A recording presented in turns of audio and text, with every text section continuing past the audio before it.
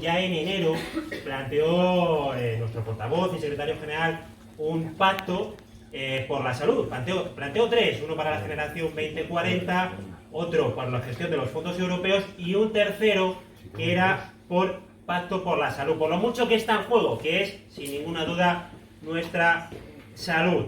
Lo rechazó de plano el Partido Popular, lo rechazó de plano la señora Ayuso. Ahí denunciábamos que estábamos a la cola, en inversión, por ejemplo, en atención primaria, por el número de médicos o de médicas que había por cada 1000 habitantes, o por el número de profesionales de enfermería que había por cada 1000 habitantes. Y en ese pacto nosotros ya pedíamos que se llegaran a acuerdos. Bueno, lo primero que pedíamos respecto al personal sanitario es que se mantuvieran, que se prorrogaran de forma indefinida los contratos COVID. Esto era enero, ya nosotros lo planteábamos, y sin embargo la situación es que hay 6000 sanitarios en este momento en la calle. Por lo tanto, nuestra propuesta era que se prorrogara de forma indefinida, que se llegaran a acuerdos para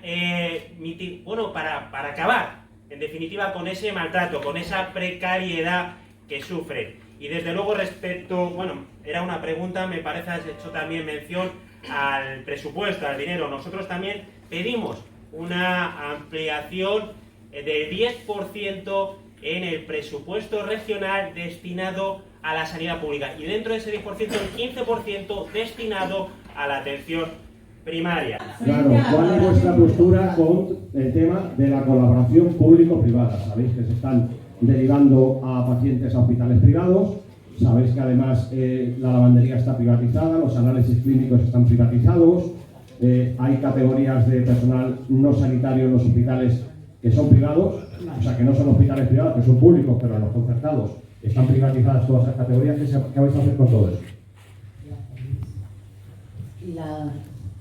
Casualmente era un poco parecida a la de él, pero enfocada hacia otro lado. Hay bastante opacidad y bastante secretismo en cuanto a qué hospitales y qué servicios de cada hospital están privatizados, y muchas veces nos tenemos que enfrentar a ello cuando nos derivan. No sé si se podría hacer algo desde nuestras posiciones para dar información sobre esto y yo sé que es importante que la gente lo sepa pues esto que está pasando, ¿no? Que se está cogiendo a médicos de las zonas rurales para abrir los swaps y determinadas chaputas que está haciendo el gobierno regional. Se han presentado bastantes iniciativas en la Asamblea de Madrid al respecto, se han presentado en concreto por parte de nuestro grupo parlamentario desde el 2021 se han presentado 864 iniciativas parlamentarias relacionadas con sanidad, con los movimientos de plantilla, con la subida de los presupuestos, y estos presupuestos vuelven a no reflejar una subida sustancial con respecto a los del año anterior. Contestando al vecino, le voy a contestar casi que... No, estamos en la primera, sí, ya está. Gracias, Isabel. José María, os recuerdo que tenemos un minuto y medio. Se os ha preguntado propuestas. Yo creo que ha sido una pregunta muy bien planteada, porque ese es uno de los grandes males que tiene nuestra sanidad pública. Y no solamente es que sea malo para los pacientes, es malo también para los profesionales. Yo no sé si en mi presentación, yo soy médico de familia y afortunadamente no en primera persona, pero sí en la persona de otros muchos compañeros he visto cómo han ido sucediéndose los contratos interinos. O sea, yo tengo compañeros que llevan siendo interinos 10, 11, 12, 15 años. ¿Os imagináis lo que es eso para una persona, para un profesional que es médico, que hace una especialidad y que no tenga después de 11 años de estudio la posibilidad de tener un futuro, una estabilidad? Y eso que ha hecho la administración realmente no tiene reacción. Entonces, nosotros desde Ciudadanos, no a nivel de la Asamblea, que no estamos, pero sí a nivel del Congreso, hemos planteado y hemos exigido al Gobierno de la Nación que lleve, porque además nos lo está pidiendo toda Europa. Es que esta situación de las interinidades con los médicos en nuestro país es que ya clama en Europa, y Europa nos está exigiendo que eso se solucione. Y pues no se ha solucionado todavía, ¿no? Entonces, claro, ¿cómo no vamos a estar a favor de todo eso? Porque es que además, no solamente por los profesionales, también por los pacientes.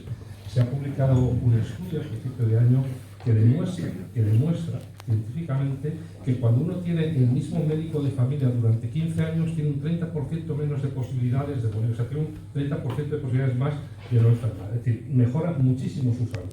Entonces, claro, hay que organizar las cosas y hay que dar estabilidad y hay que procurar que la gente, que los pacientes tengan su mismo médico de cabecera que les conoce y que les trate de forma continuada. Gracias, Este concepto José es muy María. importante. Perdón. Se toca a la compañera, María. Sí. Bueno, yo creo que en Madrid, lo han dicho sus compañeros, ¿no? Tenemos un problema con las condiciones laborales de nuestros médicos, nuestros enfermeros, enfermeras, todos nuestros profesionales sanitarios, que se sienten maltratados y que en muchos casos están consiguiendo que les expulsen de la Comunidad de Madrid, ¿no? Que renuncien a trabajar, que se vayan a otras comunidades autónomas, y nosotros, frente a ese gran exilio, proponemos el gran retorno. Yo creo que nosotros, la Comunidad de Madrid tiene que hacer un esfuerzo para garantizar que los profesionales sanitarios tienen condiciones dignas, que pueden trabajar en condiciones dignas, y eso pasa por una bolsa de retorno de 80 millones que hemos propuesto, por ejemplo, hoy, para atraer a esas personas que se han marchado, para atraer a esas personas que quizá nunca se plantearían trabajar aquí, pero que quieren aprender, que quieren conocer Madrid, que quieren trabajar aquí y que necesitan condiciones buenas. Y lo que no podemos permitirnos es con lo que pasa en la Comunidad de Madrid, que es que de los últimos 200 residentes de medicina familiar solo se han quedado 20, o de los últimos 79 pediatras solo se ha quedado 1. Madrid expulsa a los profesionales sanitarios y para eso hay una respuesta que es inversión, condiciones favorables, condiciones atractivas, condiciones estables que te permitan trabajar bien, servir, cuidar a las familias, cuidar a los niños, a las niñas, cuidar a los mayores y garantizar que la vocación no es lo único que te permite trabajar en la sanidad pública, que tienes condiciones dignas para poder hacerlo. Muchas gracias, María. Perdonad, pero es que si no nos da tiempo a más. La siguiente pregunta, la primera que ha hecho el vecino, es si creéis en la sanidad pública, y si la respuesta es sí, vamos a tomarla como una. ¿Qué propuestas de mejora tenéis? Es muy abstracto, entonces os pido por favor que os ciñáis a las propuestas concretas, que supongo que haréis luego para mayo, y tenéis un minutito y medio. ¿Cómo se puede mejorar la situación? Bueno, pues creo que tanto en el Congreso como en la Asamblea de Madrid lo hemos repetido hasta la extenuación, haciendo una subida a las grandes fortunas, una subida de impuestos a las grandes fortunas. ¿Por qué? Bueno, pues porque ahí capitalizarías o ingresarías un dinero extra que solventaría la poca inversión que hace esta comunidad en sanidad. Y no tengo póliza privada. Claramente, yo creo que si no creyéramos en la sanidad pública, no sé si estaríamos aquí o no, pero vamos, se puede proponer otros modelos, pero vamos, yo creo que la sanidad pública es una de las grandes cosas que tenemos en nuestro país y que no sé si se aprecia suficientemente, porque no es algo que tengan todos los habitantes del planeta, ni muchísimo menos, ¿no? Somos unos privilegiados de tener un sistema sanitario público que lo hemos heredado y que creo que tenemos la obligación de dejárselo a nuestros hijos, a ser posible, en mejores condiciones de lo que hemos recibido, y creo que no lo estamos haciendo bien. ¿Qué hace falta? En un minuto y medio es muy difícil contestar esa pregunta, pero la primera es más inversión. Ya podemos discutir entre nosotros si es vía más impuestos o gastando mejor o con otras fórmulas, pero que hace falta más dinero, de eso no me cabe la menor duda. Y creo que también hay que organizarlo un poco mejor. Creo que y en la Comunidad de Madrid hemos visto muchos ejemplos de despilfarro con el dinero que se destina a la sanidad. Ahora, bueno, pues por dar un dato el primero se me da la cabeza, pues se plantea la reforma del Hospital de la Paz y ahora de repente se dan cuenta, cuando ya se han gastado 17 millones de euros, en que no, que ahora vamos a echar atrás y ahora nos planteamos hacerlo de otra forma. Hombre, con 17 millones de euros se contratan muchos médicos. Bueno, pues creo que también hay que organizarlo mejor, ¿no? Y podríamos hablar de un montón de cosas. Creo que también tenemos que trabajar las fuerzas políticas poniéndonos de acuerdo, porque si discutimos, o sea, si utilizamos la sanidad para tirarnos la cabeza, seguramente no avancemos. Pero creo que estaremos de acuerdo en muchísimas cosas. Creemos en la sanidad pública, practicamos la sanidad pública, vamos a nuestro médico de cabecera, mi hijo va a su pediatra, y creo que vivimos y sufrimos las consecuencias ahora mismo del maltrato del Partido Popular. Nosotros, dos cosas muy concretas: una ley de blindaje de la sanidad, perdón, digo educación porque me sale solo, pero es de formación profesional. Una ley de blindaje de la sanidad pública y de la atención primaria, con un suelo de gasto, por debajo de eso no se puede gastar, y hay tres condiciones. Uno, tenemos que estar por lo menos por encima de la media del resto de las comunidades autónomas, o el 6% del PIB, o dedicar el 35% del presupuesto a la sanidad. Además, el 20% del presupuesto en sanidad tiene que ir destinado a la atención primaria, ahora está en torno al 12%, para que nos hagamos una idea, y además la apertura de los centros de urgencia extrahospitalaria tiene que estar con los equipos completos. Esa es una ley que presentamos la semana pasada y hace unas semanas también presentamos una ley de listas de espera. Ahora mismo hay más de 900.000 madrileños y madrileñas que están esperando o una consulta, o una prueba, o una cirugía. Casi 1 millón de madrileños y madrileñas. Eso es absolutamente inaceptable y nosotros hemos puesto una ley que llevaremos y debatiremos dentro de unas semanas en la Asamblea de Madrid para garantizar que los madrileños y madrileñas no perdamos horas de nuestra vida, para garantizar nuestros derechos, para garantizar nuestra salud y para garantizar que tenemos una vida digna. Sanidad pública, evidentemente que creemos. El Partido Socialista cree la sanidad pública. Y bueno, lo demostramos, ¿cómo lo demostramos? Estando presente en las movilizaciones, denunciando de forma reiterada el deterioro que he mencionado antes que está sufriendo la sanidad pública en nuestra región. Y lo defendemos también, y lo manifestamos también, y lo representamos también, pues planteando propuestas. Antes os hacía referencia a un pacto que propusimos a primeros de año, y esta semana hemos propuesto Juan Lobato, el secretario general y portavoz, un plan de choque para la recuperación de la sanidad pública madrileña. Hoy mismo se están celebrando unas jornadas del Partido Socialista en la Asamblea de Madrid sobre este tema, y en el que planteamos, entre otras cosas, es un decálogo de medidas que en 1 minuto y pico no puedo desarrollar, pero medidas así como muy concretas. Os digo una serie de ellas. Dinos dónde podemos encontrarlas. Están colgadas en la web del Partido Socialista, en las diferentes redes sociales, en los medios de comunicación, y si queréis también os las facilito el decálogo de medidas. Pero vamos, así de forma muy esquemática y muy clara. Suspender de forma inmediata este caos de plan Ayuso de reorganización de las urgencias. La convocatoria urgente de empleo para profesionales sanitarios antes de finales de año. Pedimos también que se incremente el número de médicos y de médicas y de profesionales de la enfermería en atención primaria, y pedimos también lo que os he dicho antes, un incremento en la inversión presupuestaria en el presupuesto regional destinado a sanidad. Estamos hablando de un incremento de más de un 10%. Gracias, Enrique. La aplicación de las pruebas analíticas y otras pruebas que tenemos en la pública, ¿cómo se organiza para que nos lleguen a la privada y qué propone cada partido para que esto sea más transparente? Entonces, empieza contestando María. Ahora mismo lo fundamental es una auditoría de los hospitales de gestión privada para conocer la financiación y también para conocer esa gestión que se hace de la derivación de los pacientes. Para que os hagáis una idea, la Fundación Jiménez Díaz recibe el doble de financiación que cualquier hospital público en la Comunidad de Madrid. Si el 12 de octubre, por ejemplo, tuviese esa financiación, funcionaría, tendría unas instalaciones actuales, preparadas para atender todas las necesidades de los vecinos y de las vecinas. Por tanto, necesitamos auditar para conocer, necesitamos reclamar aquellas cosas que están siendo entregadas a las empresas privadas sin ningún tipo de control. Nosotros lo hemos llevado a la Fiscalía con Mónica García y lo seguimos peleando año tras año, y necesitamos que la gestión, y eso es la propuesta también, que la gestión del día a día de nuestra sanidad tenga en cuenta y priorice la sanidad pública. Eso necesita de inversión, necesitamos más profesionales, más citas, más atención para que no haya una lista de espera imposible, pero no podemos seguir teniendo un sistema que prioriza que nos vayamos a los hospitales privados antes de poder ir con nuestro médico de cabecera, con nuestro especialista y hacernos las pruebas en nuestros hospitales de referencia.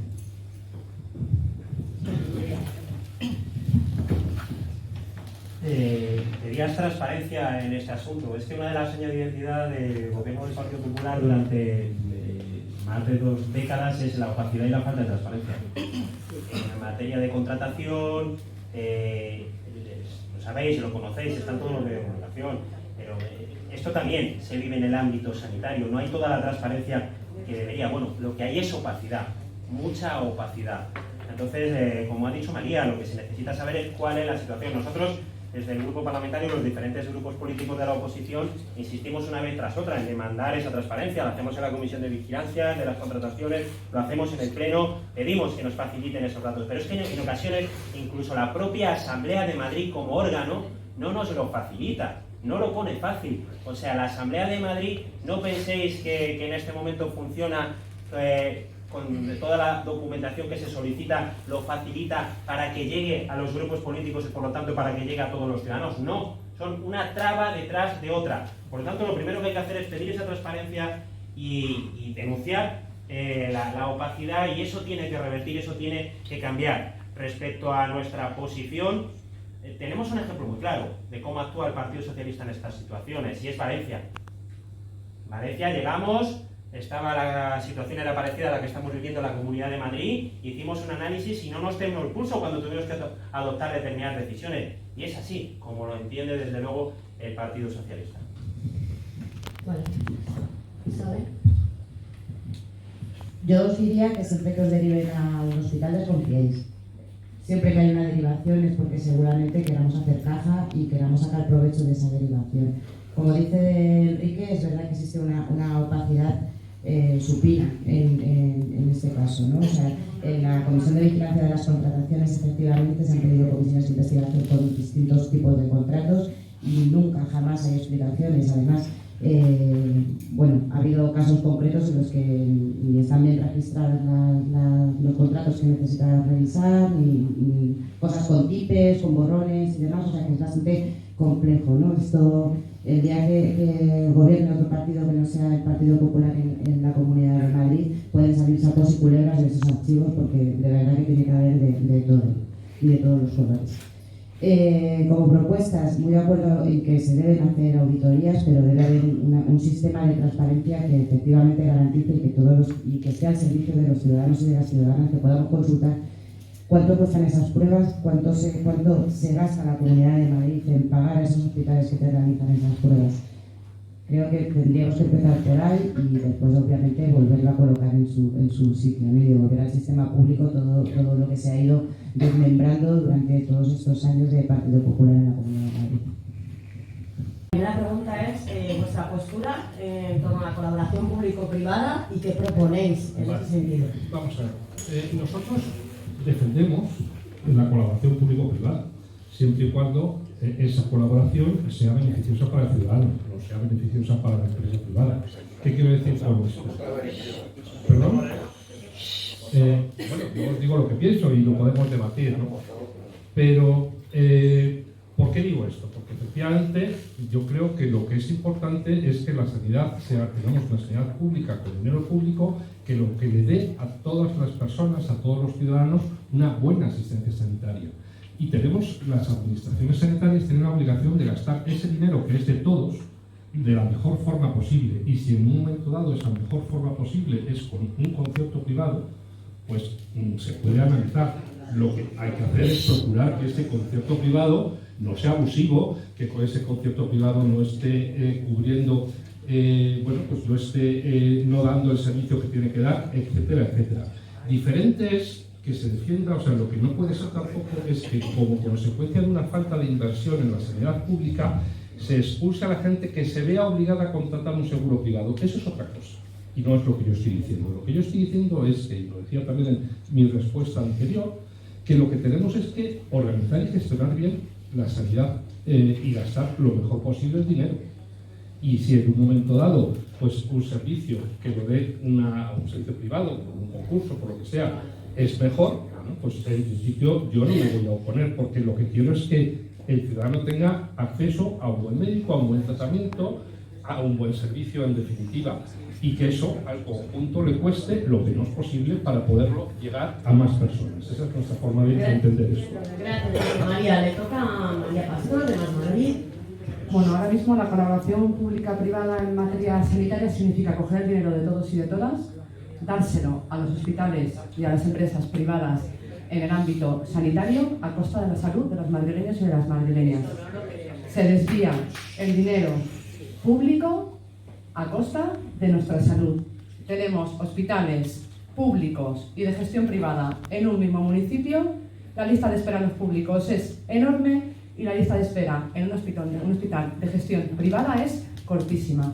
Se está gestionando para empujar a los madrileños y a las madrileñas a irse a hacer pruebas, a irse a hacer consultas, porque te dan la opción de esperar. Perdona, María, te voy a cortar, porque necesitamos vuestras propuestas, no un análisis de lo que se está haciendo. Bueno, eso que ha dicho, la pregunta, perdón, era si estamos de acuerdo o no, he entendido, perdón, que hiciera si estamos de acuerdo. La postura es que estamos en contra de la colaboración pública-privada, que significa coger el dinero, mandarlo a las empresas privadas en materia sanitaria, a costa de la salud de los madrileños y madrileñas, que supone o esperar o marcharte a lo privado, que pagar por un precio mucho por encima de lo que cuesta en la sanidad pública a los hospitales privados, y que además se acompaña de una precarización, que está un poco vinculada a lo que ha dicho, precarización de los servicios hospitalarios, como puede ser la lavandería, como puede ser la comida, que está suponiendo un detrimento en la calidad de los servicios que se prestan, por ejemplo, en los hospitales y también en las condiciones de los trabajadores y trabajadoras de esos servicios. Vale,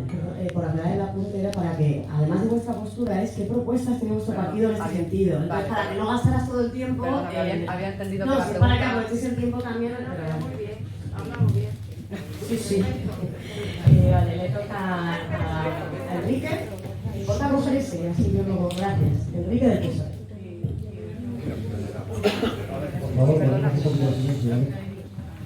Lo que estamos viviendo en esta región es, entre otras cosas, es la subordinación del interés público al privado y el hacer negocio con las necesidades de la gente. Y desde luego nosotros estamos contra eso. Lo que planteamos en materia de colaboración público-privada, planteamos que hay que garantizar el control público de los contratos de concesión de atención hospitalaria.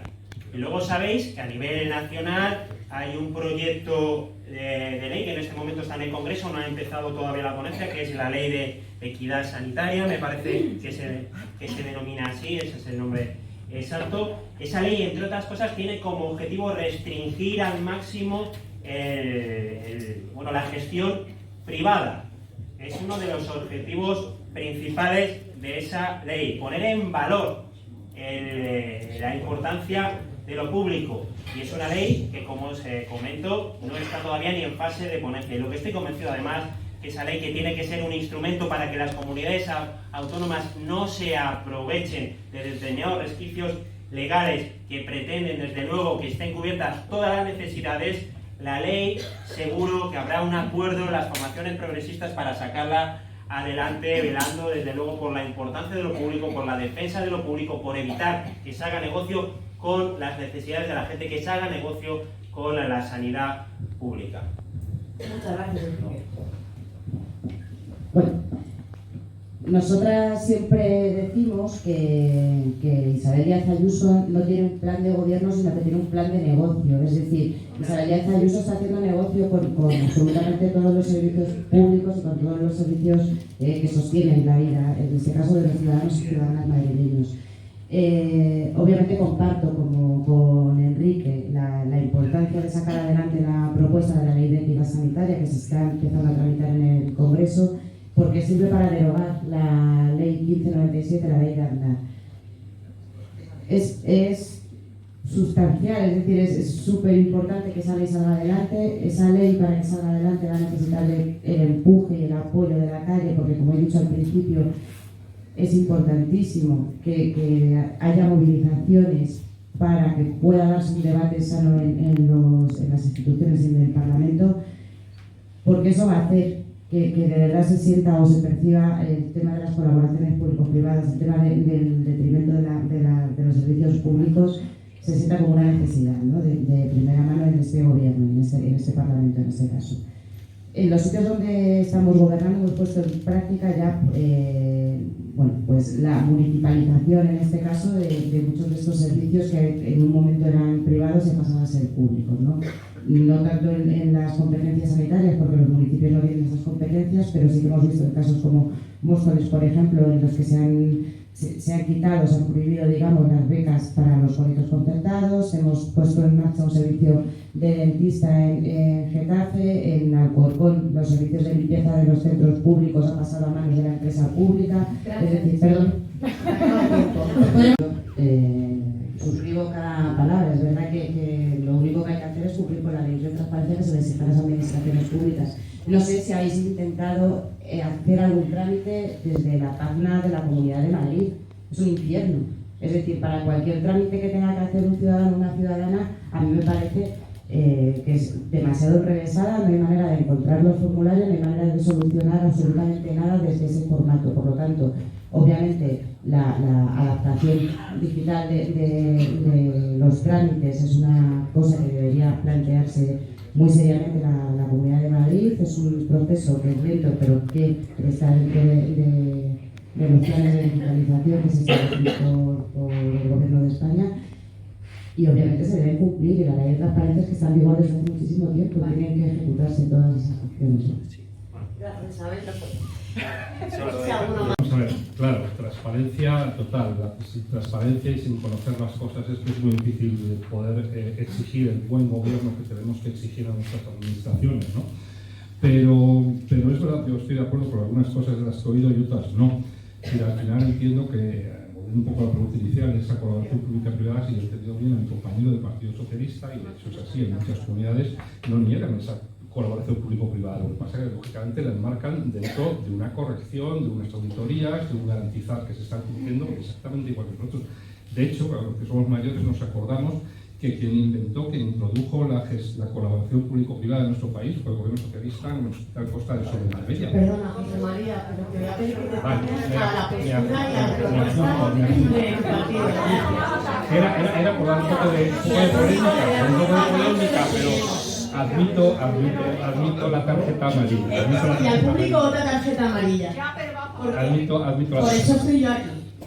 En definitiva, respondo. Transparencia toda, total y absoluta. Sin esa transparencia, que se sepan qué contratos hay, quiénes son los adjudicatarios, cómo se han adjudicado, etcétera, cuánto cuestan, cuánto le cuestan los maneros. Sin duda, sin eso no puede funcionar nada, o sea que estamos absolutamente de acuerdo. Bueno, a ver. Instrumentos, sino que no se cumplen, no se utilizan. Hay una ley de transparencia que se aprobó en la Comunidad de Madrid, vamos, tampoco aquí se trata de ponernos medallas, pero es que no se cumple con la ley de transparencia. Yo pongo un ejemplo muy claro. Hace unos días solicité una pregunta por un contrato referente a sanidad, precisamente, y bueno, no se me va a facilitar la respuesta porque la fecha hago referencia o pido información de un contrato que corresponde a la legislatura anterior, a la mini legislatura anterior, pero de esas nos podemos encontrar todas las que queremos y más. Entonces no se trata de que no haya instrumentos, los hay, sino de cumplir con las leyes, con las normas que nos hemos marcado, de utilizar de verdad los instrumentos, porque no es una cuestión hacia los grupos políticos, es que la opacidad es respecto a la ciudadanía, es que no facilitan la documentación. He dicho antes, están todos los medios de comunicación, las dudas respecto a determinados contratos, y eso forma parte del día a día de la gestión del gobierno regional en esta comunidad. Entonces, mi propuesta, que se cumpla la ley, que se cumpla y que se utilicen los instrumentos que hay, que existen, pero el gobierno regional, desde luego, no está por la labor. Gracias, Enrique. Instrumentos, sino que no se cumplen, no se utilizan. Hay una ley de transparencia que se aprobó en la Comunidad de Madrid, vamos, tampoco aquí se trata de ponernos medallas, pero es que no se cumple con la ley de transparencia. Yo pongo un ejemplo muy claro. Hace unos días solicité una pregunta por un contrato referente a sanidad, precisamente, y bueno, no se me va a facilitar la respuesta porque la fecha hago referencia o pido información de un contrato que corresponde a la legislatura anterior, a la mini legislatura anterior, pero de esas nos podemos encontrar todas las que queremos y más. Entonces no se trata de que no haya instrumentos, los hay, sino de cumplir con las leyes, con las normas que nos hemos marcado, de utilizar de verdad los instrumentos, porque no es una cuestión hacia los grupos políticos. Es que la opacidad es respecto a la ciudadanía, es que no facilitan la documentación. He dicho antes, están todos los medios de comunicación, las dudas respecto a determinados contrato. Y eso forma parte del día a día de la gestión del gobierno regional en esta comunidad. Entonces, mi propuesta, que se cumpla la ley, que se cumpla y que se utilicen los instrumentos que hay, que existen, pero el gobierno regional, desde luego, no está por la labor. Gracias, Enrique. En situaciones, una información clara y unos plazos claros a la hora de entrar en el sistema sanitario, ¿no? Tener cita con tu médico de cabecera en un día o 2 días, y eso que no pase de ahí, ¿no? La prueba diagnóstica que no pase de 30 días. Cuando tú tienes claro los plazos se cumplen porque hay recursos suficientes, las derivaciones a unos hospitales de gestión privada no se dan. Entonces, además de la transparencia, hace falta unos plazos claros que la Comunidad de Madrid no pueda saltarse y que los ciudadanos estamos protegidos. De todo, muchísimas gracias por este acto de participación ciudadana, de la que no tenemos en ninguno de los centros de salud a ningún nivel. Y es nuestra sanidad. Vale, somos los titulares. Pregunta, ahí voy. Las ambulancias están llegando, la mayoría sin médico, ¿vale? Desde que uno de nosotros llega al centro de salud o a la urgencia con un infarto, que nos tiene que resucitar el médico y la enfermera, ¿vale? Hasta que llega la ambulancia, han aparecido ahora mismo cantidad de centros de salud y cantidad de centros de urgencia, tanto SUMA como SUAC, que no tienen desfibriladores, que no tienen monitores cardíacos, que no tienen respiradores. Si el médico da masaje cardíaco y la enfermera, bueno, la pregunta, sí, hay un cronograma público donde tiene que estar, en cada centro de salud tiene que haber un inventario de equipamientos mínimos. Perdona, ¿cuál es la pregunta, por favor? La pregunta es si hay una orden donde hay un equipamiento mínimo, tanto de servicios de urgencias como de centros de salud, para poder dar respuesta hasta que vengan las UBI. Sí existe, ¿no? Existe. Si está eso de alguna manera. Una orden, documento, ¿no? Normativa que indique cuáles son los recursos mínimos que debe llevar un equipo de ambulancia. No, de los centros. De centros de salud o de centros de urgencias. Vale. Porque si no tienen equipación, ¿para qué quiero recursos humanos? Vale, si hay alguna... Vale, de acuerdo. No sé si se ha entendido. Sí, la he entendido perfectamente. Obviamente un centro de salud, un centro de urgencias tiene que tener el material necesario y el estado necesario para poder atender cualquier necesidad que surja. Es decir, es que es básico. No sé si hay alguna ordenanza, alguna ley concreta que especifique que debe haber 40 paquetes de gasa, un desfibrilador, pero lo que sí que es seguro es que sí que tienen que tener lo necesario para poder atender las urgencias que puedan surgir. Por lo tanto, en el caso de que un centro de salud no tenga algún elemento material, obviamente es una negligencia. Es decir, no pueden estar sin recursos, que puedan para ejercer, o sea, que les sirva para ejercer su trabajo. Esto ha pasado ahora mismo con la apertura de los SWAPs. Se han encontrado que al abrir los SWAPs, aparte de que no hubiese en algunos casos médico o enfermeras y que solamente estuviese un celador o una celadora, el problema es que en muchos casos el material llevaba allí 2 años. No hicieron una revisión del material antes de volverse a incorporar al trabajo de la apertura. Obviamente es negligente, ¿no? O sea, los productos sanitarios también tienen una fecha de caducidad y pueden suponer también un peligro a la hora de hacer unas curas o de hacer cualquier tipo de intervención. Buscaré si hay algo concreto que detalle cuáles son los materiales mínimos, pero vamos, de antemano digo yo ya que sí que tiene que existir esa posibilidad. Él es médico, lo vas a ver mejor. Sí, la verdad es que es muy buena pregunta, porque además la lógica de las personas les llevaría a pensar que efectivamente esa lista debería de existir y que yo sepa no existe, y creo que no me equivoco. No hay en ningún sitio, y además en nuestra comunidad desde luego no sé si en Comunidad, no sé si mis compañeros de mesa me van a decir, a lo mejor me estoy equivocado, pero creo que no existe. ¿De qué depende? Depende de que la inspección sanitaria, que tiene que dar la orden para abrir ese servicio, al inspector que va, que se supone que es un funcionario público que está formado, que tiene conocimiento, considere que efectivamente ese centro que va a abrir, tanto público como privado, reúne los requisitos mínimos necesarios como para poder otorgar la licencia de apertura o la apertura, ¿vale? Pero puede ser una muy buena aportación que trabajemos efectivamente en definir cuáles serían las cuestiones mínimas, pero es evidente, y yo creo que la pregunta viene un poco a hilo de las cosas que estamos viviendo estos días, que no es de recibo, que se abran centros, no ya sin personal sanitario suficientemente, no tiene sentido abrir un centro de urgencias sin un médico. Yo qué queréis que os diga, no lo puedo entender. Creo que tiene que ser un trabajo en equipo y tiene que estar el equipo entero. Y evidentemente tienen que tener unos medios, unas herramientas para poder solucionar las cosas. Podemos discutir si tienen que tener 2 o 1 o 3 electrocardiógrafos o si pueden tener, y eso a lo mejor pues tenemos que trabajar y tenemos que avanzar en ese sentido. Pero que yo sepa, insisto, eso va a quedar en función de lo que le parezca al inspector o al de la sanitaria. Gracias, José María. Bueno, un poco en esa línea, por ejemplo, en el caso de los centros de urgencia extrahospitalarias, la normativa de la Comunidad de Madrid sí marca que tiene que haber equipos completos, ¿no? La Comunidad de Madrid se ha saltado su propia normativa, no teniendo médicos, enfermeros y celadores, o médicas, enfermeras y celadoras.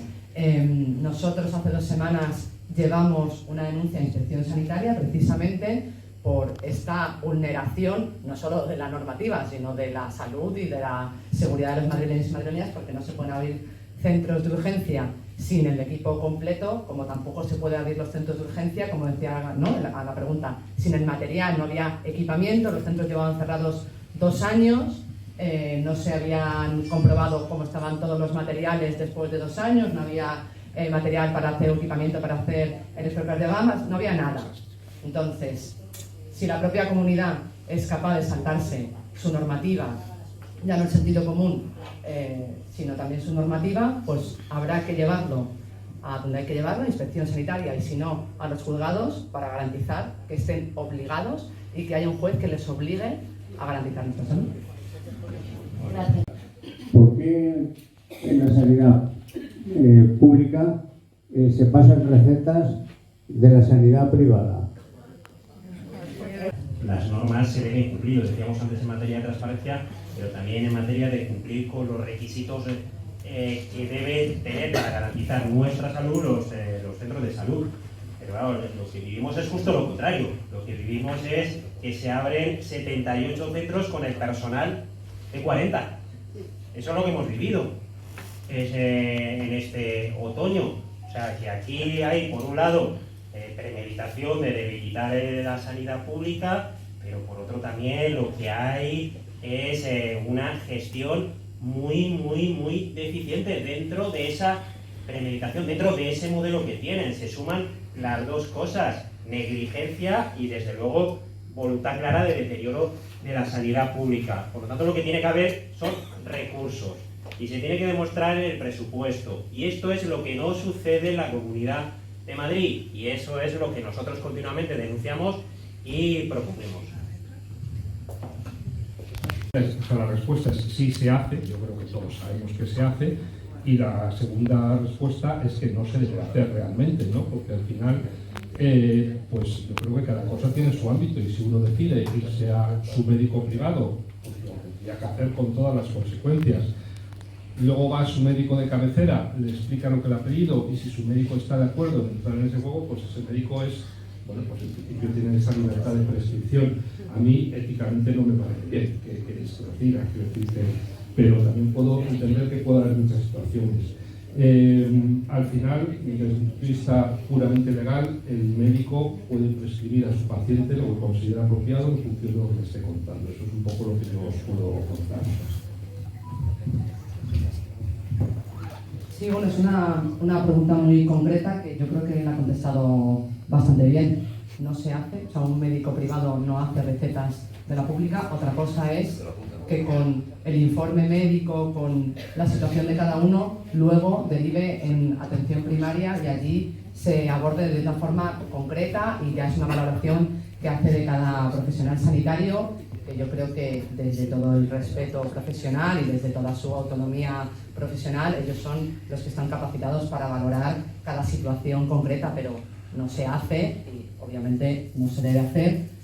también entendiendo la expulsión que están viviendo los madrileños y madrileñas del sistema sanitario. El alto porcentaje que tenemos de seguros privados no es porque Madrid tenga un color especial, es porque son años de maltrato y en Madrid se paga por no esperar y se paga para tener derechos, y hay quienes optan por esa opción y hay quienes no les queda más remedio que esa opción, y en ese contexto tan complejo pues creo que cada profesional está desde su autonomía y desde su responsabilidad asumiendo las situaciones, cada una es particulares, pero no es el modelo y desde luego no es una cosa que se va a fomentar ni defender. La confianza, desde luego, los profesionales sanitarios es absoluta, por lo mucho que hicieron con nosotros durante la pandemia, pero por lo que siguen haciendo, y en este contexto de deterioro, de maltrato en el que están y lo que están sufriendo, y también en este contexto de expulsión de la gente de la sanidad pública a la sanidad privada, pues eso no hay que ubicarlo, pero bueno, como ha dicho mi compañera María, pues es algo que en principio no se debe hacer. Si la pregunta por la moralidad de personas que siendo de la privada acuden después a la pública para beneficiarse y obtener las recetas más baratas, no sé quién ha sido el vecino que lo ha preguntado, vale. No sé si va por ahí o va por médicos que trabajan en la privada y también en la pública. Vale. Pues entonces perfecto, me sumo obviamente a lo que han dicho los compañeros de la mesa, no tengo nada más que decir. La pregunta es, ¿qué les parece como políticos que se esté negociando por debajo de los mínimos? O sea, los mínimos no se pueden negociar. Por debajo de los servicios mínimos. Salimos a la calle a pedirlos. Y ahí después negociamos. Pero yo no puedo negociar abrir 10 centros de 37 con médico o cosas así. O sea, ¿qué os parece como políticos? Entiendo que la pregunta es qué les parece este plan de reorganización de urgencias que se ha hecho, ¿verdad? Esa negociación vergonzosa de esta casa, del tema de la sanidad, ¿no? ¿Se ha hecho alguna comparación del gasto que supone la gestión privada frente a la pública? De si hay diferencia en un sentido o en otro, no el gasto sanitario que conlleva el de los servicios, sino la gestión pura y dura de los centros públicos. Sí, la pregunta es una comparación entre el gasto de la gestión privada en la sanidad y la gestión pública. Si la hay y si la sabéis, pues entiendo que nos lo contéis. Están negociando en base a los derechos de los trabajadores, en una situación que no han elegido ellos, una situación que ha venido adoptada por la Comunidad de Madrid, que ha decidido abrir 90 centros de urgencias extrahospitalarias con los profesionales de 40. Han destrozado lo que funcionaba, que eran los SAR, han puesto todo patas arriba, han generado un caos que ha derivado en una movilización de 500.000 de personas en las calles, y en ese contexto los sindicatos han llegado a un acuerdo para los derechos de los trabajadores que supone la apertura con equipos completos en X centros, el cierre de otros tantos y un proceso para trabajar. Yo respeto esa negociación. Mi labor desde la Asamblea de Madrid es garantizar el máximo y la calidad máxima. Ellos están negociando unas condiciones y nosotros respetamos ese acuerdo, dadas las condiciones en las que estamos ahora mismo, que es la Comunidad de Madrid que menos invierte en sanidad y un maltrato constante, pero nuestra labor no es estar satisfechos, nuestra labor es exigir el máximo, pelear para que todos los centros de urgencia extrahospitalarias estén abiertos, para que no tengas que esperar 3 semanas para tener cita con tu médico de cabecera ni un año para ver el especialista.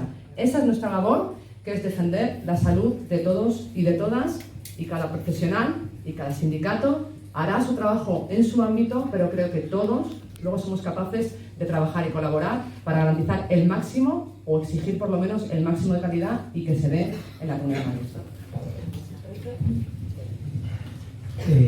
Bueno, nuestra posición desde luego en esto es desde la Asamblea, nosotros, las diferentes administraciones, pero en este caso la Asamblea, en su conjunto, ponemos y centramos nuestros esfuerzos que los ciudadanos, las madrileñas y los madrileños tengan los mejores servicios públicos. Eso es lo que defendemos y lo que vamos a seguir defendiendo en las administraciones y en la calle. Lo que es una obviedad y es un hecho objetivo, que este plan de reorganización ha sido una auténtica chapuza, un caos, y ha sido y es una vergüenza. Por eso pedimos que se suspenda de inmediato ese plan de reorganización. Dicho esto, nosotros también tenemos confianza, desde luego, y es lo que pedimos, que se planifique, que se acuerde, que se negocie en la mesa sectorial, pues luego del Servicio Madrileño de Salud, que ahí, eso es en materia de personal, donde se hará por velar por los derechos de los profesionales sanitarios, porque tengan condiciones dignas. Pero eso no quita, como también decía María, que nosotros, desde las administraciones, desde los grupos políticos, exijamos, demandemos, luchemos porque los servicios públicos que se prestan en esta comunidad sean los mejores. Gracias, Enrique. ¿Me quieres saber?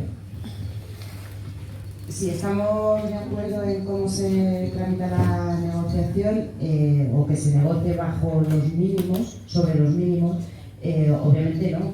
Yo considero lo mínimo, minimísimo, como he dicho al principio, la situación prepandemia. Obviamente con esta negociación no alcanzas esos datos.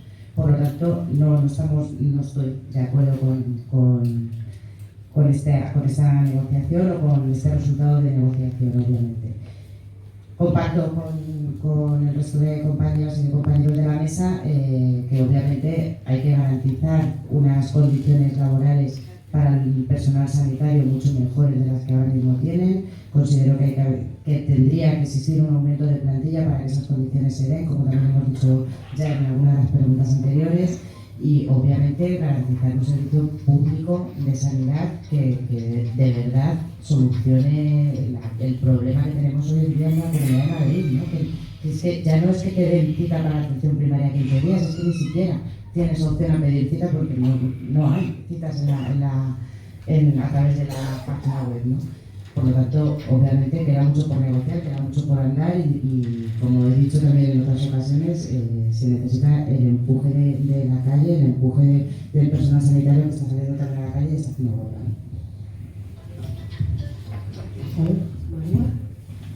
Bueno, a ver, yo creo que efectivamente una de las claves de la respuesta a la pregunta que nos ha dicho mi compañera María, que es que al final los sindicatos lógicamente luchan por unos derechos de sus trabajadores. Pero en este caso son trabajadores sanitarios que también cuando ellos hacen sus rehabilitaciones, en definitiva, también lo que quieren es poder hacer bien su trabajo para curarnos a todos nosotros. Es decir, que yo creo que en ese sentido también se tiene en vista ese. Pero nosotros como representantes políticos, asociaciones de pacientes, de vecinos, yo creo que tenemos efectivamente que exigir otras cosas o un mayor servicio, ¿no? En concreto aquí, un poco responder a tu pregunta, inicialmente a mí yo hablo mucho con AMITS, creo que están haciendo un trabajo fantástico, los sindicatos, por ejemplo, AMITS lo está haciendo muy bien. No firmó desde el principio esa reorganización. Vamos, no voy a seguir insistiendo en la barbaridad. No, AMITS no. No aceptan negociar si no hay... AMITS, bueno, hombre, yo creo que negociar... O sea, es lo mínimo para negociar. Claro, bueno, pero tú vas... Y decir a los trabajadores, ya no vamos a la huelga, cuando me han dado un 30% de lo que pedía. Perdona, vamos a dejar terminar de responder. Sí, por favor. Tú vas a una negociación y yo me consta que AMITS desde el principio se negó y al final, insisto, no voy a seguir calificando la chapucera barbaridad que ha hecho el gobierno regional del PP con el tema de las urgencias hospitalarias, porque ha sido chapuza tras rectificación, tras improvisación, tras chapuza, tras destruir lo que tenían. Los SARS funcionan estupendamente y se los cargaron a golpe de correo electrónico. Yo, bueno, pues llamé a la compañera que le pegaron ese día, que supongo que la conoceréis, y se me saltaban las lágrimas oyéndola realmente, ¿no? Y eso estaba poniendo, y recibí un correo electrónico para que al día siguiente fuera otro sitio, barbaridades, ¿no? Y los sindicatos, lógicamente, han trabajado para impedir que esa situación, y han conseguido retraer esa intención inicial que tenían de abrir sin medios los 80 centros. Gracias. Lo han conseguido. En torno a la diferencia entre el gasto de gestión público y privada, y bueno, entiendo que cuánto se gasta en cada una y cuál es vuestra postura en esto. Bueno, yo hablo de la postura. No sé si hay algún estudio, desde luego para mí siempre es mucho más eficiente la gestión pública, la defensa de la gestión pública, siempre de la gestión pública. Hay que poner en valor lo público y por eso hacía referencia al principio en una de las preguntas a la ley de equidad sanitaria. Habla de eso, de poner en valor lo público, de restringir al máximo todo lo que se pueda la gestión privada, el espíritu desde luego y el trasfondo de esas propuestas es que creemos en la gestión pública. Para nosotros es más eficiente la gestión pública. Es más eficiente y también es más justo, porque tiene un componente social que no tiene la gestión privada. Entonces, creo que ahí la posición está clara, más allá de que haya un estudio concreto de algún centro que está gestionado de forma privada, qué cifras serían si estuvieran gestionadas de forma pública. No lo sé, si lo hay, si hay esa comparación, pero la defensa desde luego de la gestión pública sin ninguna duda.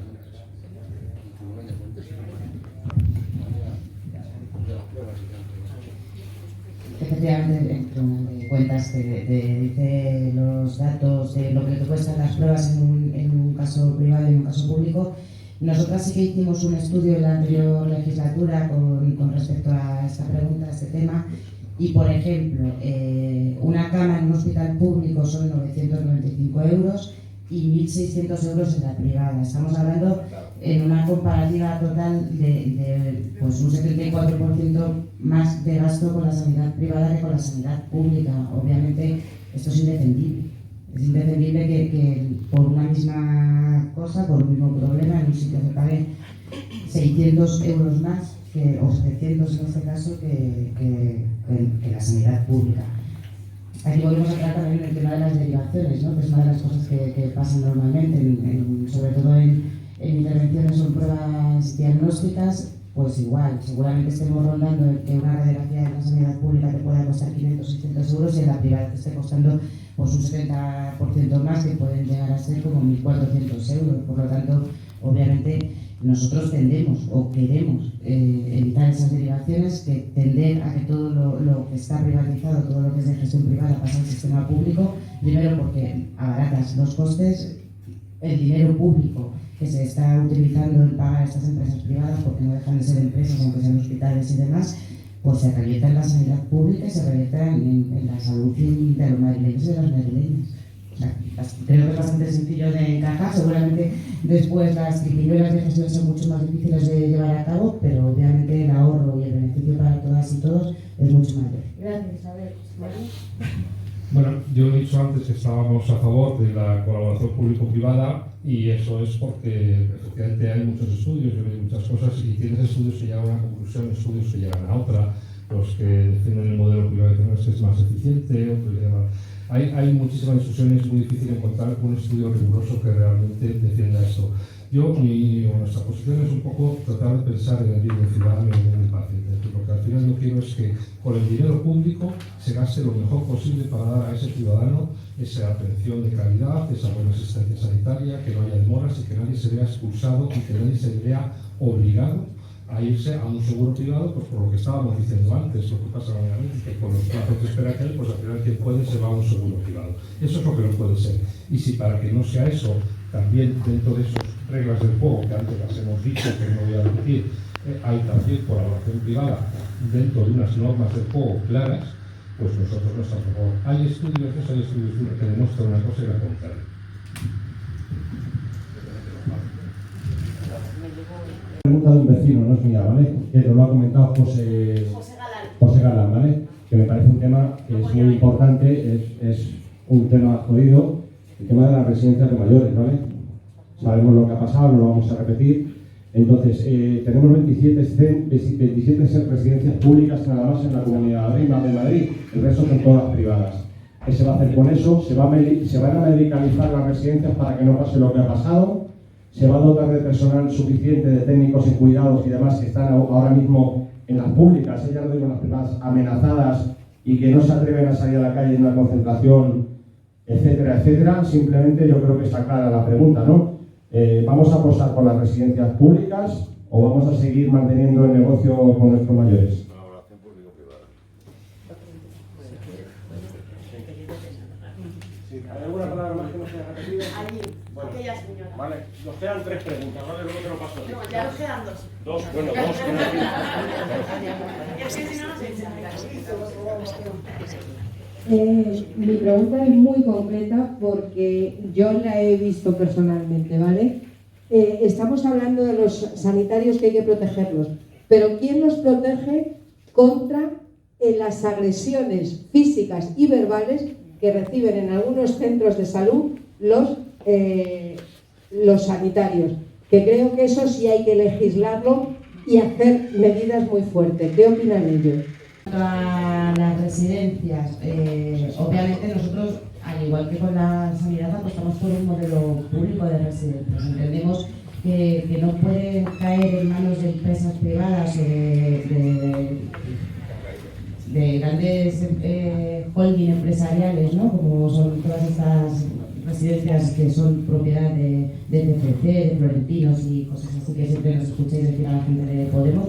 Creemos que no pueden estar en manos de estas personas.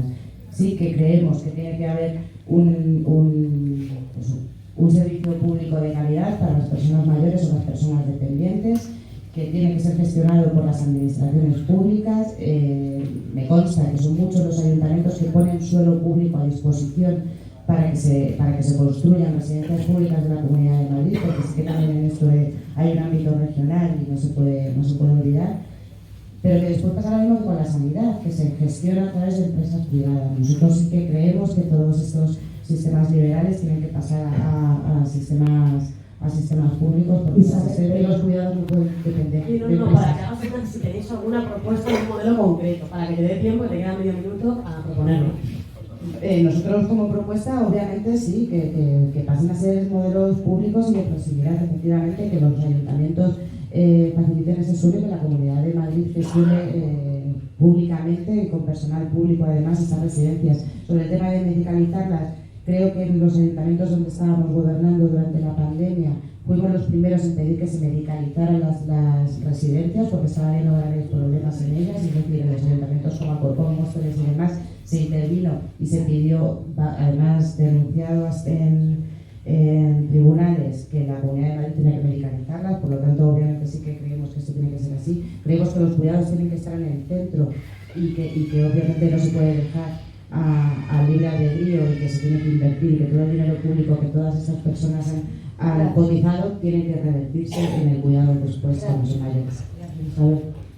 A ver, en un minuto es muy difícil explicar modelo, pero realmente es una de las grandes debes que tenemos como sociedad. Fijaros lo que os digo, porque realmente lo que ha pasado y lo que pasa y lo que ya pasaba antes de la pandemia en nuestras residencias, tanto públicas como privadas, que no estaban bien ninguna, hace falta mucha más inversión, falta más control, más regulación. Antes hablabais de la pregunta que decíais, y no está regulado lo que tiene que haber en la tampoco lo están las residencias, y hay algunas y algunos de nuestros mayores que están en condiciones muy penosas. Y esto tiene que cambiar. Llegó la pandemia y pasó lo que pasó. Yo, bueno, pues que era entonces consejero Alberto Reguero, sabéis un poco toda la historia y cómo luchó por ello y acabó saliendo del gobierno y cómo salió. Es decir, que hace falta que realmente apostemos y trabajemos mucho más por un modelo residencial. Sigo pensando que puede ser público y que puede ser privado. Lo importante es que esté bien regulado, que haya normas, que haya reglas del juego, que haya inversión suficiente, porque claro, si tú das poco dinero, pues al final no puede ser, nuestras residencias no pueden ser, y perdonadme la dureza de lo que voy a decir, los aparcaderos de las personas mayores. No lo podemos tolerar. Bueno, muy rápido. Modelo de residencias, un modelo público y de proximidad. Uno de los ejes de los cuidados es que no tengas que marcharte de tu barrio, de tu zona de donde has vivido, ¿no? Tus vecinos, que conoces dónde están tus hijos, dónde están tus nietos, y eso hay que priorizarlo, hay que invertir y hay que garantizar que no te tengas que ir a la otra punta de la comunidad autónoma, que es donde te dan una plaza. Dicho esto, el modelo que tenemos ahora es un modelo privado, sin inspecciones, sin control, sin sanciones, donde no está el personal que marca la normativa y donde la Comunidad de Madrid no hace absolutamente nada para sancionar y garantizar las condiciones dignas de nuestros mayores, con unos menús y unas comidas que son absolutamente inaceptables y que tienen de nuevo a los trabajadores, principalmente trabajadoras, en condiciones absolutamente precarias. Así que apostar por un modelo de residencias de proximidad y público, y en el mientras tanto inspección, control, sanciones, mejoras de las condiciones de los trabajadores y mejoras de las condiciones de las residencias, para garantizar que vivir tus últimos años de vida no es un negocio para un fondo buitre, sino que es una opción de calidad, donde todos vamos a llegar, donde no nos tiene que distinguir si tenemos dinero en la cuenta bancaria o no, y de eso se tiene que encargar un gobierno que cuida de la gente. Gracias, María.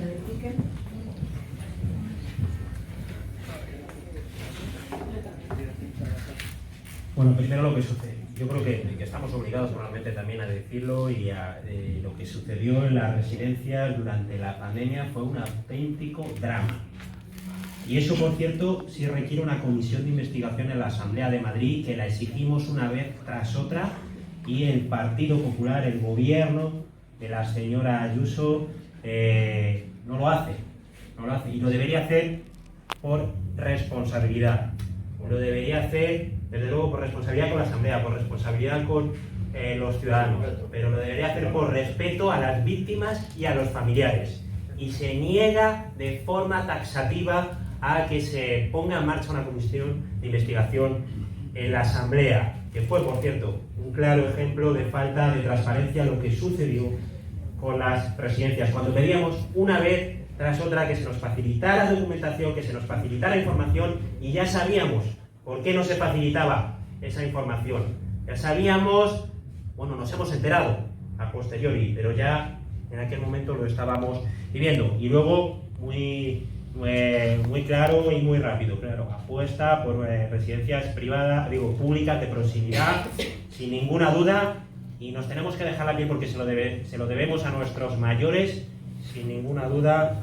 Tenemos que exigir recursos, tenemos que exigir inspecciones, como se decía, tenemos que exigir que se cumplan los pliegos que no se cumplen en la residencia, no se están cumpliendo.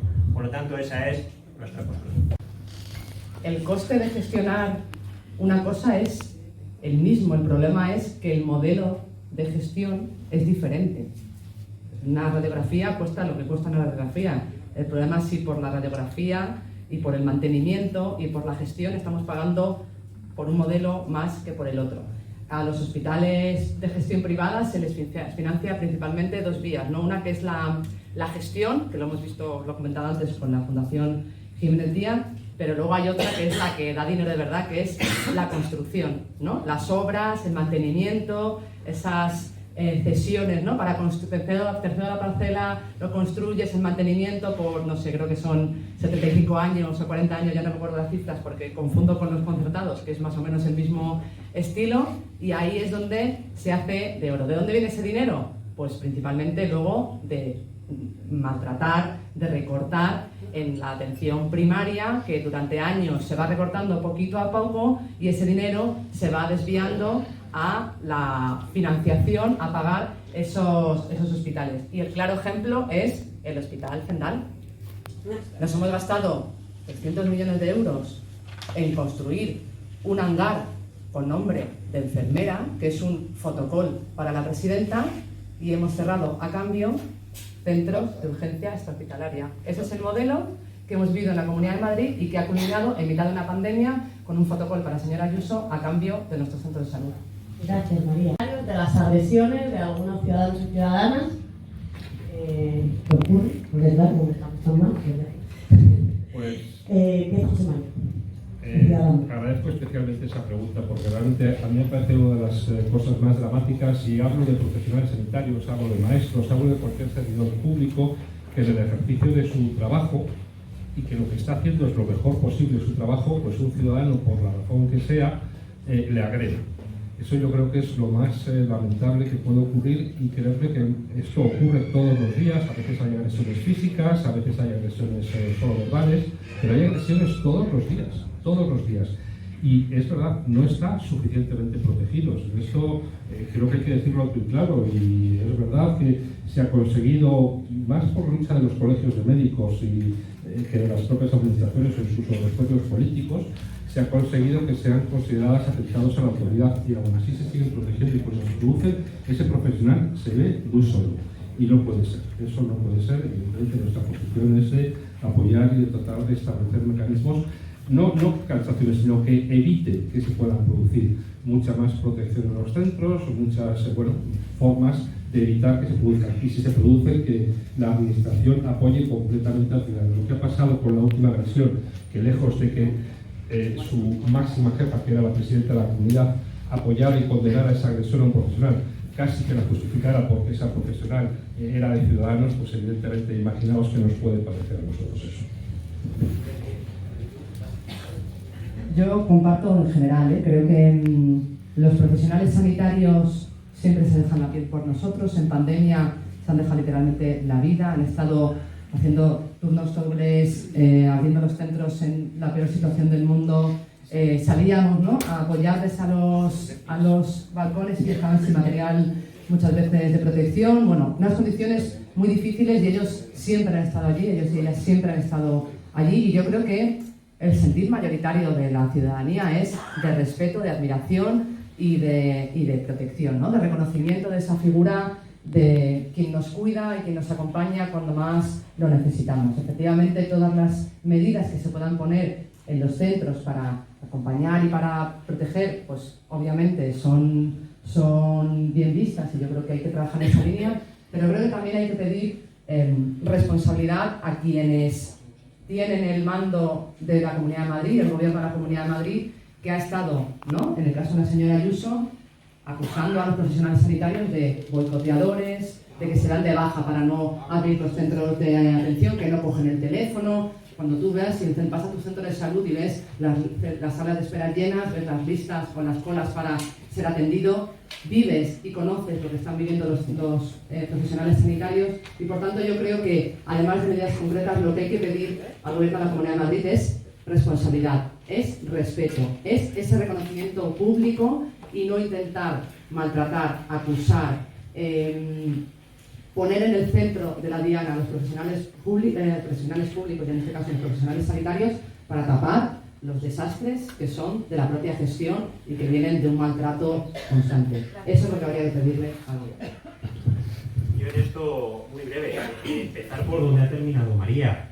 Es lamentable y es vergonzoso que el gobierno regional cargue la responsabilidad de lo que estamos viviendo en las últimas semanas, en el último mes, con el caos de reapertura de urgencias, bueno, con el desmantelamiento de la atención primaria, con la no apertura de los SWAP, luego la apertura parcial, donde Diego, modificando el mensaje que se trasladaba en función de las movilizaciones que había, de miedo a que esto se les fuera de las manos. Entonces es lamentable y vergonzoso que le imputen la responsabilidad de este caos a los profesionales sanitarios. Y a partir de aquí, desde luego, pues todo nuestro apoyo a tantos hombres y mujeres que nos cuidaron durante la pandemia y que nos siguen cuidando, como no puede ser de otra forma. Nuestro apoyo, nuestro respeto, nuestro cariño, y ahí vamos a estar para Y Enrique, perdona, ¿cómo haríais para protegerlos? Esa es la pregunta.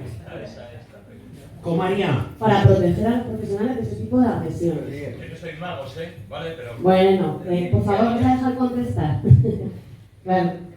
Lo primero es que cuando digo que empezaba por donde terminaba María, es porque hay que apelar a la responsabilidad que el gobierno. Y que el gobierno tiene que trasladar un mensaje de defensa y de respeto a los profesionales sanitarios y no ponerlos en la diana. Que en ocasiones es lo que está haciendo. Entonces es importante hacer esa pedagogía, porque salíamos todos a las ventanas, o salíamos muchos, por lo que estaban haciendo por nosotros. Son las mismas personas. Entonces, por eso insisto que es vergonzoso que esas personas que hicieron tanto por nosotros, ahora desde el gobierno regional se les ponga la diana imputándoles la responsabilidad de lo que está sucediendo. Se han tenido la idea que es protegiéndole, ¿no? O sea, poniéndoles en valor su labor. ¿De acuerdo? Isabel. Muy rápido, obviamente condenamos cualquier tipo de agresión que se esté llevando a cabo. Estoy totalmente de acuerdo en que hay que, y hay que poner obviamente todos los medios de seguridad que existan a disposición para que eso no ocurra, ¿no? Totalmente de acuerdo en que hay una irresponsabilidad política. Les recuerdo aquí a mis compañeros que en la última reunión de Ayuso con los portavoces de los partidos políticos que conforman la corporación de la Asamblea, lo que se repitió en esas reuniones básicamente fue que se rebajase la tensión parlamentaria, es decir, que hubiese más respeto en las intervenciones parlamentarias, porque es una verdadera vergüenza, parece una taberna básicamente. Entonces, sí que hay una responsabilidad política cuando una presidenta del gobierno está continuamente vapuleando, llamando comunistas, que yo creo que este buen señor del comunista posiblemente no tenga nada, llamando comunistas a todos los médicos por hacer una huelga. Es decir, sí que hay una responsabilidad política en que este tipo de agresiones estén pasando. Ante el caos está dando una de las respuestas es que no hay médicos, que no los consiguen y tal. Y es saber en la asamblea si tanto lo que están gobernando como vosotros y saber vuestra posición, si se está facilitando la entrada de médicos inmigrantes, porque hay muchos médicos inmigrantes deseando trabajar aquí. Por si no era octubre, noviembre de 2019, era febrero de 2020, y mi grupo parlamentario llevó una ley de lectura única para que pudiesen trabajar los médicos extracomunitarios en la Comunidad de Madrid, antes de la pandemia. Y el Partido Popular votó en contra. Ahora lo defiende y es su medida estrella. Pero cuando nosotros exigíamos que aquellos profesionales que se han formado en la Comunidad de Madrid, que han sido residentes, que han sacado todo el conocimiento, que han construido la sanidad pública, cuando terminaban se les expulsaba y no se les dejaba trabajar, cuando les exigimos eso, el Partido Popular votó en contra. Ahora dicen que el problema es que no hay médicos suficientes, que en España no hay médicos suficientes, y yo solo voy a hacer una aclaración. España es, si no me equivoco, el segundo país con más facultades de medicina. El problema en Madrid no es que no haya médicos. El problema en Madrid es que muchos médicos no se quieren quedar aquí porque les maltratan. Y las condiciones no son dignas. Y no hay forma de tener un proyecto de vida en Madrid con las condiciones de la Consejería de Sanidad. Así que haría bien el Partido Popular en dar condiciones dignas a los profesionales, recibir a todo el que quiera trabajar aquí, en vez de acusarles, maltratarles y ponerles la vía.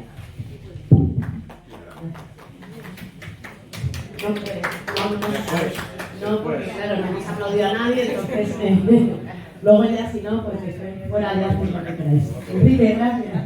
Te toca. También a lo que dice María, nuestra comunidad debería ser un ejemplo y un modelo de solidaridad, de apertura a aquella gente que quisiera venir a trabajar a nuestro país, a nuestra región. Y no es así. No es así, no está sucediendo. Y respecto a que no hay médicos, es que esto es una contradicción en sí misma. O sea, despiden a 6.000 sanitarios hace unos meses y ahora dicen que no hay médicos. ¿Pero cómo se sostiene eso? Es que es increíble que sean capaces de decirlo sin inmutarse. Es una barbaridad. Echaron a 6.000 sanitarios hace unos meses, hace 6 o 7 meses. Y se lo advertimos desde los diferentes grupos políticos en la asamblea. Les dijimos que era un error, que necesitábamos toda la ayuda posible. Y los echan y ahora dicen que no hay médicos, que no... Pero bueno, ¿qué es esto? A ver, a partir de aquí, nosotros, os lo he comentado al principio, planteamos una convocatoria urgente de personal sanitario antes de finalizar el año. Y poco más, porque yo creo que está muy claro.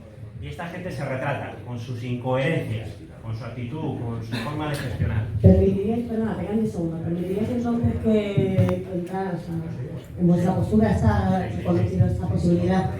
Porque quede vale. Bueno, Isabel. La semana pasada entrevistaron a Ayuso en Telecinco y entonces le preguntaban precisamente por este mismo tema, esta misma pregunta. Y entonces ella decía: si hay algún médico en paro, que me llame y esta misma tarde tiene un contrato encima de la mesa. Pero se puede ser más hipócrita, es que no hace falta más. Es decir, acaba de despedir a 6.000 médicos, tenemos un déficit, como digo, para volver a los valores anteriores de 10.000 médicos. ¿Cómo se puede ser tan hipócrita? O sea, ¿cómo puedes ir a televisión a decir: es que no hay médicos, no quieren venir a trabajar, porque lo ha explicado María, las condiciones salariales no son óptimas, porque te dicen que tienes una plaza en este centro de salud, pero después a lo mejor te llaman a las 11 de la noche del día que te mandan al hospital X a hacer una urgencia, o te mandan al pueblo que está a 60 kilómetros de tu vivienda, hacer una guardia de 24 horas. Es que esas no son condiciones laborales ni para los médicos ni para nadie. Es decir, para personas que tienen que atenderte, que tienen que estar, digamos, con todos los sentidos puestos en ofrecerte una serie de cuidados, no pueden estar con una tensión y una incertidumbre sobre qué va a hacer con su vida al día siguiente, porque, como también comentaba antes José María, tienen contratos precarios, es decir, tienen una temporalidad extrema, tienen una serie de déficit en las contrataciones, pues que obviamente no son favorables. Obviamente también estamos de acuerdo en que si se pudiese facilitar se haría, pero es que antes de llegar a eso, que es mucho más complejo, hay soluciones mucho más fáciles. Gracias, Isabel. Le toca a José María. Un poco porque estamos todos en la misma línea. Claro, tenemos en nuestro país uno de los mejores sistemas de formación de médicos especialistas, me atrevería a decir, del mundo. Formamos a médicos especialistas y eso nos cuesta dinero de todos nosotros. Y cuando acaba, ¿qué pasa? Que como las condiciones de trabajo que se les ofrecen son muy malas, muchos se van al extranjero. Cada vez aumentan más los médicos que se van al extranjero. Una vez y mucho más lejos, porque al final estamos en un mercado global. Y si lo que se le paga a un médico aquí por un contrato interino es 3, en Irlanda es 10. Entonces, ¿qué ocurre? ¿Tiene que venir gente de fuera? Si están informadas, sí. Claro, yo lo único que quiero garantizar es que para la población de Madrid, no, el médico que venga y que se le acredite esté formado también como este que se va, porque claro, y esto es lo que también los poderes públicos tienen que ver, pero ¿por qué no van a venir médicos extracomunitarios si están informados y más se han hecho venir aquí? Como ha dicho la compañera, lo propusieron en su momento, dijo el PP que no, ahora han dicho que sí, se han visto obligados, pues claro que sí, pero que estén informados. Vamos a asegurarnos que los médicos que vengan estén bien informados.